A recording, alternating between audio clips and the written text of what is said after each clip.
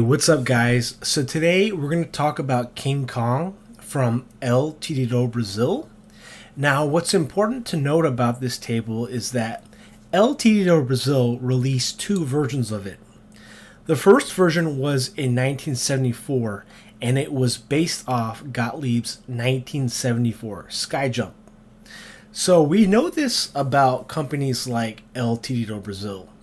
We know that they would oftentimes copy and clone tables because of the high import cost of importing American-made pinball tables.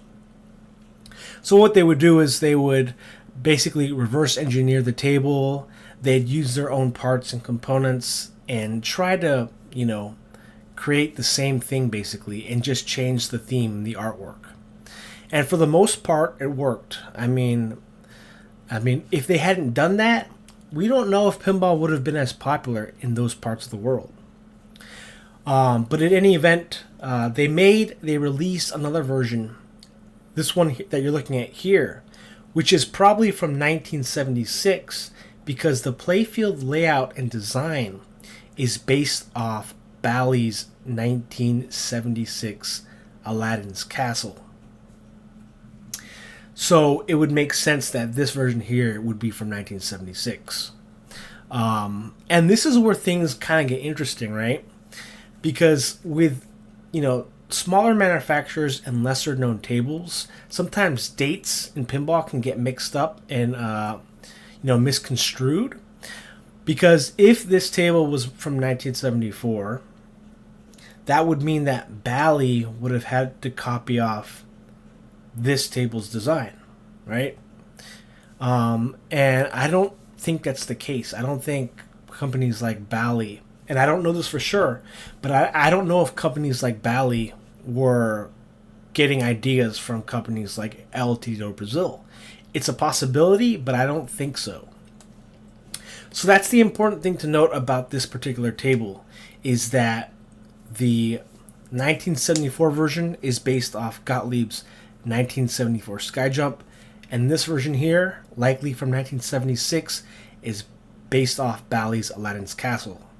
Now, Aladdin's Castle looks like a cool table that I don't think I've ever played before, so that could be for another video.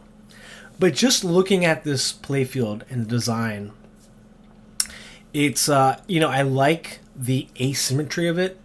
I like how you have on the playfield, you can see how there's a pathway from the left flipper to the spinner lane, and from the spinner lane to the rollovers.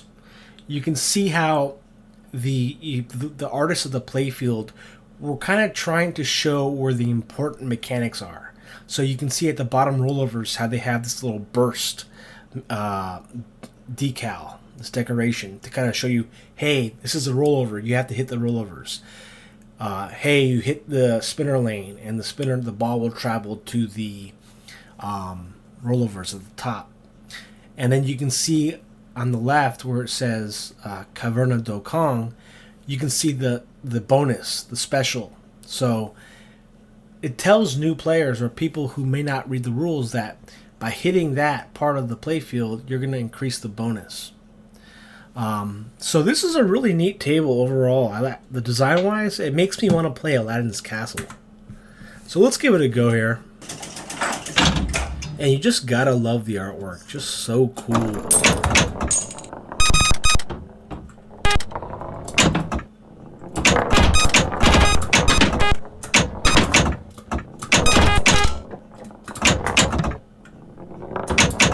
Ooh.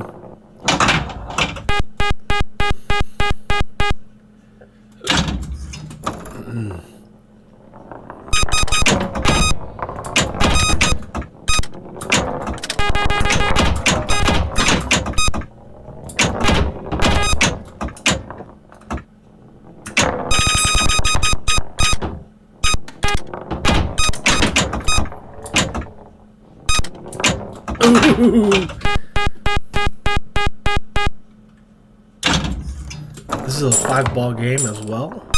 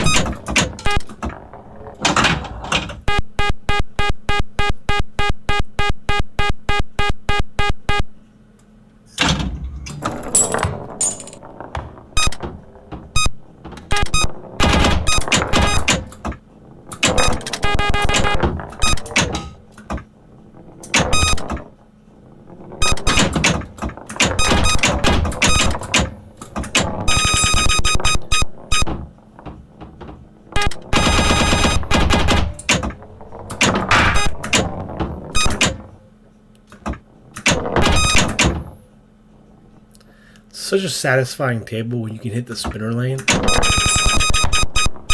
Oh, man. Oh, jeez. Right down the middle.